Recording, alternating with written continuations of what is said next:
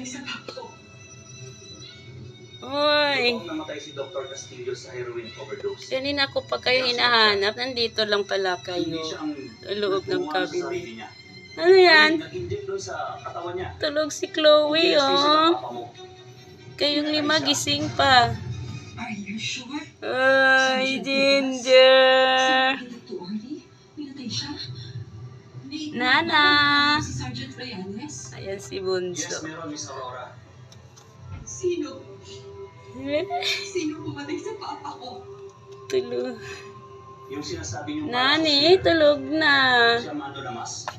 Hyper pa si Bunso at saka si Nana. Oli, tulog na rin. Step na kayo.